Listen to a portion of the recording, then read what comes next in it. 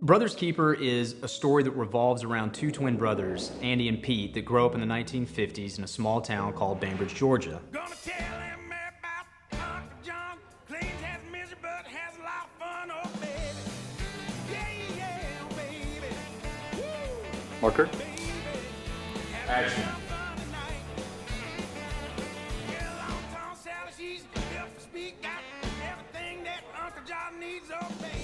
This compelling film encompasses elements of suspense, comedy, action, tragedy, redemption, but most importantly, it's a story about forgiveness. They say that time heals all wounds, but I don't completely agree with that. I think that love is the answer. Andy and Pete couldn't be any more different. Andy is a troubled youth who has no real focus in life. He has a strong urge to consistently protect his brother. As the two boys grow older, Andy is labeled as the troublemaker or the bad apple, and Pete excels at everything that he does. And while Andy has a ton of potential, no one really seems to give him the benefit of the doubt. As they approach their high school graduation, Pete has big plans to marry Maggie, the love of his life, and head off to school to become a preacher. Andy, on the other hand, doesn't have much of a relationship with God. As a matter of fact, he doesn't have a relationship with anyone outside of his brother Pete. Andy kind of looked at his brother Pete as an idealist or a dreamer.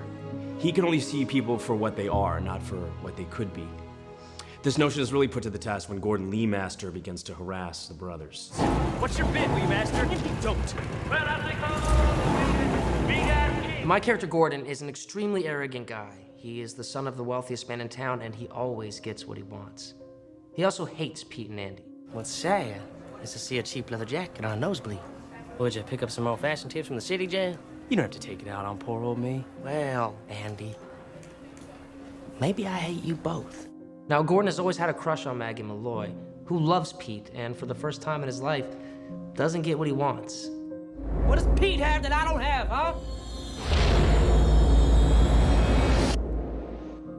Due to a terrible twist of events orchestrated by the most powerful family in town, the Lee Masters, not only does Pete not get engaged to Maggie, but he ends up in jail framed for murder. I did not kill Maggie. And I know for a fact that you ain't gonna find anything to make me do it. All right, so you want to do this the hard way, do you? He begins to wrestle with his emotions and question God about this cruel twist of fate that he's been dealt. All the while, Andy relentlessly struggles to find a way to help his brother, even if it means coming to peace with God and abandoning his hopes for revenge.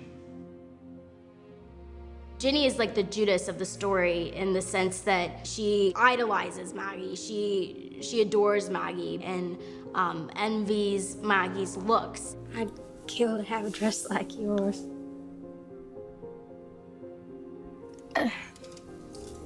Her judgment gets a little bit clouded, and she ends up making some really bad choices. I saw Peter Goodwin crouching over Maggie's body with his hands around her throat. My character knows all about bad choices. I played the role of Ray Burnside. He's a young African-American inmate doing time for an unspecified crime. The comment that he makes in the prison is what really drives Pete over the edge. It's that moment that really defines what the film is about. What you reading there, boy? He ain't gonna help you in here. Keep walking. Brother's Keeper takes moviegoers on an incredible journey through Georgia in the 1950s, from Main Street to the state penitentiary, from young love to a heinous crime of passion, from counterfeit justice to forgiveness forged through pain, from God's mercy to the ultimate sacrifice. There's a saying that we live in the world of the walking wounded. Many of us have a tough time letting go when we've been wronged.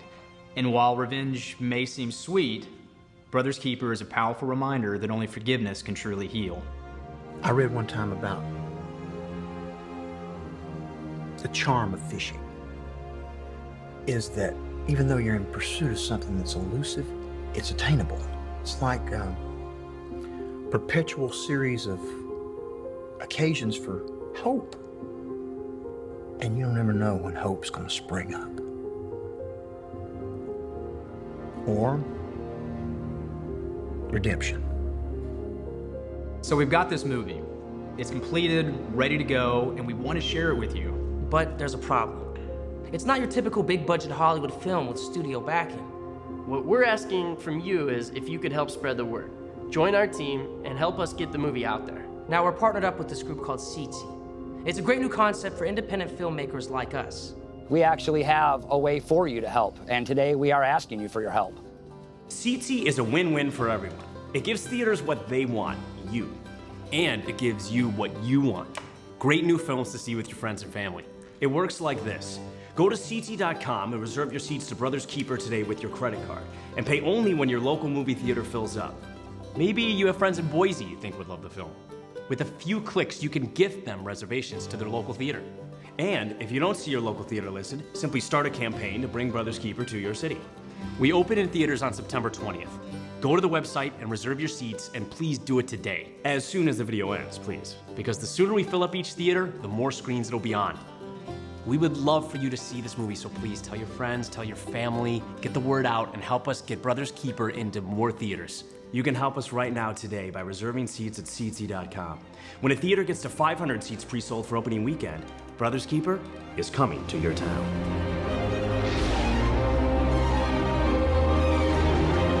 Yeah, then what is the point? This is about life or death.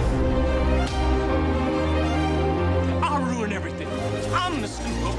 You're the perfect one. He didn't do it. He's innocent. As long as you can pull air into your lungs, you've got potential. Potential to help somebody. Right up to the very end.